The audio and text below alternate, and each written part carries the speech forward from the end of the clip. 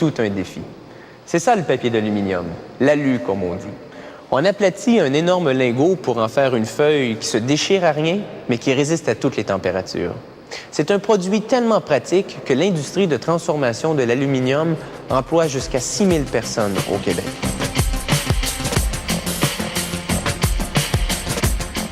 La fabrication du papier d'aluminium exige qu'on amincisse à plusieurs reprises un gros bloc d'aluminium. On débute le tout en faisant fondre des dizaines de lingots d'aluminium pur à 100% dans un four chauffé au gaz naturel. Ces lingots, qu'on appelle aussi des gueuses, sont indispensables aux alliages dans lesquels on retrouve du zinc, du titane et de la silice. Il faut entre 3 et 8 heures pour faire fondre 27 000 kg d'aluminium dans ce four à refonte qui fonctionne à la température de 750 degrés Celsius. La température de fusion de l'aluminium est de 660 degrés Celsius. Dans ce petit moule, on coule une portion d'aluminium afin de fabriquer un échantillon. Solidifié en seulement quelques secondes, cet échantillon permet de tester et de vérifier le contenu de l'alliage préparé. Cette dalle sert au transfert de l'aluminium depuis le four de refonte jusqu'au puits de coulée. L'aluminium en fusion coule dans une dalle de coulée amovible et située au-dessus du puits de coulée. C'est à cette étape qu'on filtre les impuretés dans des récipients spéciaux. Les moules sont refroidis à l'eau afin d'accélérer la solidification de l'aluminium liquide. Les lingots sont démoulés et sont prêts à être usinés.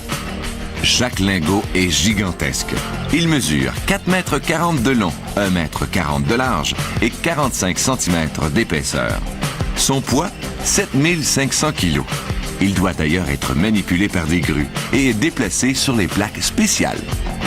L'étape suivante sert à éliminer les impuretés et à obtenir un beau fini parfaitement lisse.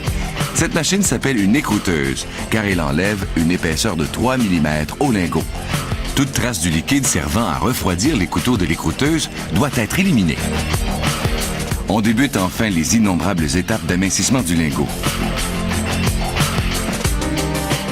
Le bloc d'aluminium est écrasé par les rouleaux du laminoir à chaud. La température dans les rouleaux est comprise entre 455 et 540 degrés Celsius. La pression exercée sur le lingot est constamment vérifiée par un technicien. S'il est trop forte, il recule et le technicien ajuste la pression. La chaleur dégagée est tellement élevée que le lingot risque de coller au rouleau du laminoir. Pour empêcher ce phénomène, on refroidit le tout avec un liquide composé à 95% d'eau et 5% d'huile.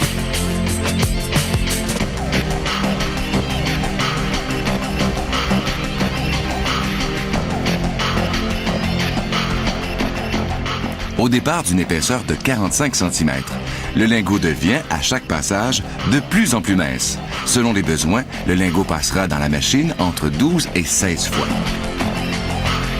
Le lingot a maintenant une épaisseur de 7 cm et demi. Il faut atteindre le chiffre magique d'un demi-centimètre.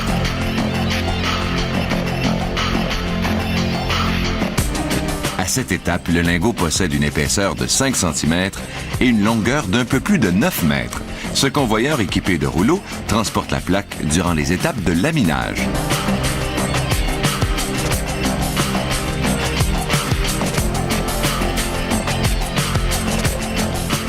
Le lingot est devenu une feuille d'une épaisseur de 5 mm. Il est suffisamment mince pour qu'on procède à l'opération de bobinage, c'est-à-dire qu'on l'enroule sur lui-même avant de l'envoyer au laminoir à froid où son épaisseur sera réduite davantage. La feuille d'aluminium est rendue très mince et risquerait fort de se briser sous la tension requise pour le laminage à froid. Ainsi, on la double pour éviter qu'elle ne casse. Une dernière réduction par le laminage à froid et la feuille aura l'épaisseur requise par le client.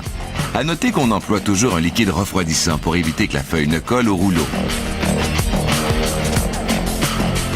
Puisque les bords de la feuille sont légèrement abîmés et fendillés, un couteau lui enlève une mince bande d'1 centimètre. Finalement, on coupe le rouleau à la largeur exigée. La feuille de papier d'aluminium est maintenant prête. Un énorme lingot aura permis de fabriquer 850 boîtes de feuilles d'aluminium de 15 mètres chacune, soit l'équivalent d'une seule feuille longue de 12 km 700.